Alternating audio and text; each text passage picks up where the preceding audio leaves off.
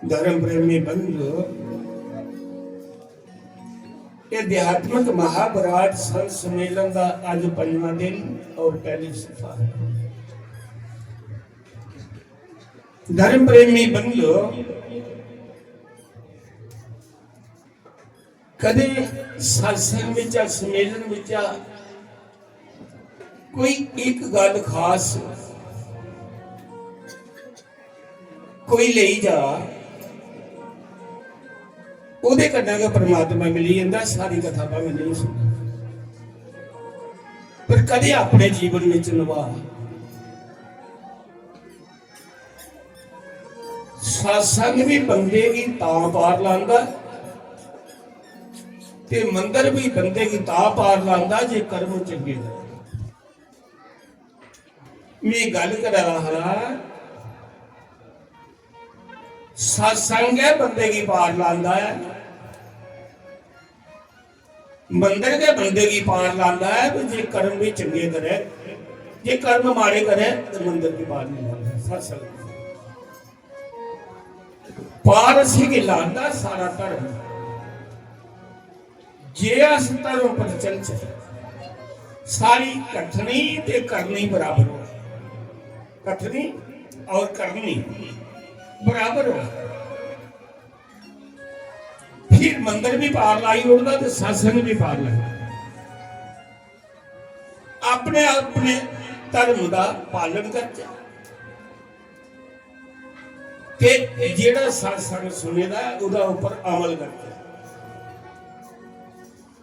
इल्म 4 वेद कोई 6 शास्त्र 18 पुराण पढ़ी ले ते जे अमल नहीं करे तो इल्म केड़ा नहीं।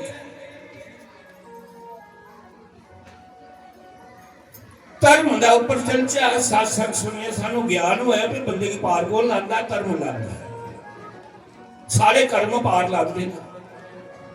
जेड़ा सारा धर्म बनता ओकरा कर्म करचा, जिहदे कन्नै धर्म भी जुड़ी जा ते कर्म भी जुड़ी। सारा धर्म आखदा है कि जिन्ने सवेरे उठिए पुत्र ने माता पिता के चरण छूने चाहिए। ये संत ज्ञान देंदे ने एक समाज की बदलने वास्ते, कि शिक्षा देने वास्ते संत। स्त्री का धर्म है अपने पति के चरण छूने। मेरी माता उम्र हुई यही सत्संग सम्मेलन सुनते। बाह खड़ी करो, किन्नियां माता ने जड़ियां गल्लां गोलियां सखियां भी आखिए चली जाना है। अमल करना जरूर है, कुछ ना कुछ चुंबिए जाओ मेरे को ना दिख रहे। मास्टर ने पूछी लाओ, मैं सत्संग नहीं सुनांदा, मैं कोई शास्त्री नहीं, मैं अमल करो ना, अमल करो। इबी समझाना, घर वाले की भी समझाना। पर जे कदे घर वाली गुस्से च है तो चुप करी जाना, करी एक टाइम पास करी लेना। ते जे कदे बंदा गुस्से च है तो घर वाली ने भी चुप करी जाना चाहिए, टाइम पास हुई।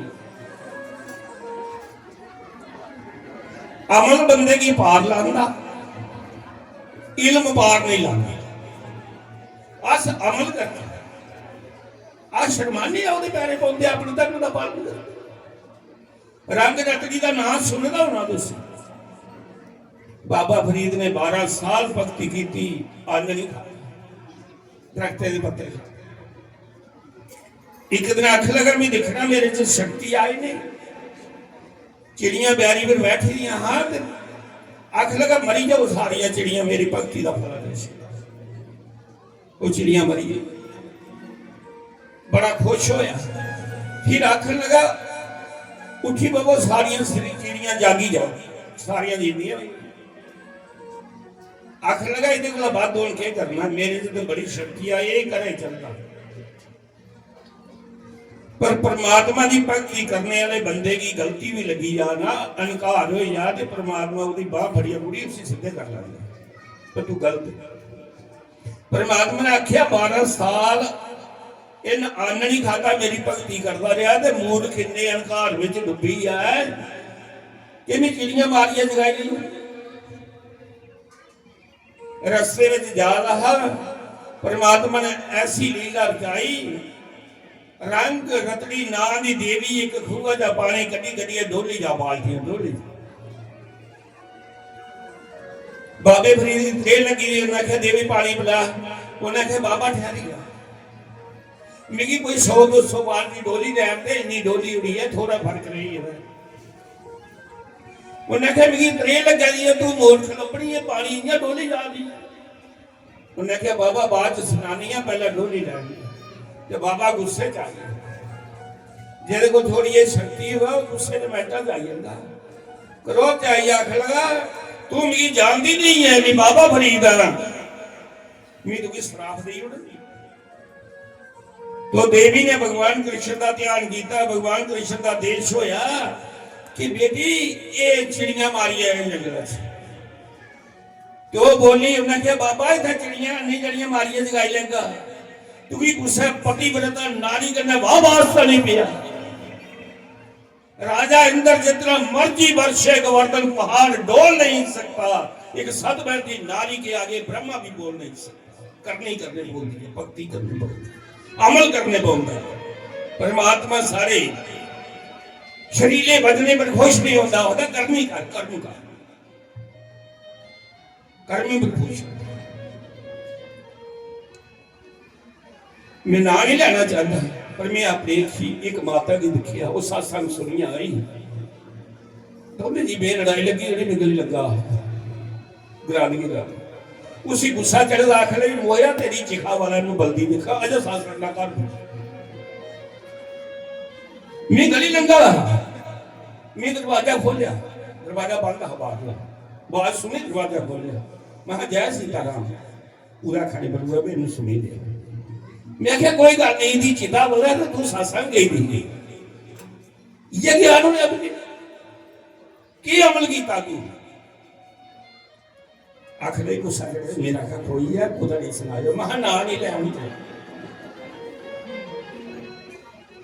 सच्ची गल है जे अपना जीवन चरित्र नहीं बदलिया जीवन चरित्र नहीं बदलिया सुभाव नहीं बदलिया तो सत्संग सारी जे अपना स्वभाव बदलिया जीवन चरित्र बदलिया धर्म पर आइया बंदा परमात्मा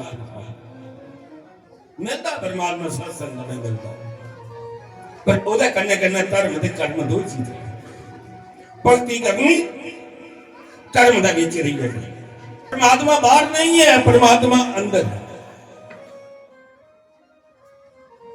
परमात्मा अंदर आसुसी बात तो पाले धर्म प्रेमी बंधुओं परमात्मा की भक्ति करनी धर्म दा विच भक्ति होम दी धर्म दी आदि अंदर धर्म छड्ड के जीव खुआर होवे भक्ति करदियां भी नहीं भगवान मिलते जे अंता करना नहीं साफ हो भक्ति कीते भी भगवान नहीं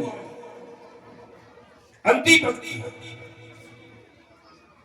क्या वास्ते भक्ति एक किस्म की हो रही है रजोगुण भक्ति तमोगुण भक्ति सतोगुण भक्ति रजोगुण भक्ति आखदी मेरा किश बनी जा दुगे का नाश हो जा दुगे ही सुखी दिखिए राजी नहीं होती भक्ति करता है परमात्मा का नाम लेता है लेकिन ये चलता जो कुछ तो है मिगी तो है मेरा गुआंढी मरता रहा उससे आते रजोगुण तमोगुण भक्ति को सारा विनाश करना चाहिए सतोगुण भक्ति है परमात्मा मिगी दिता ही कि सारे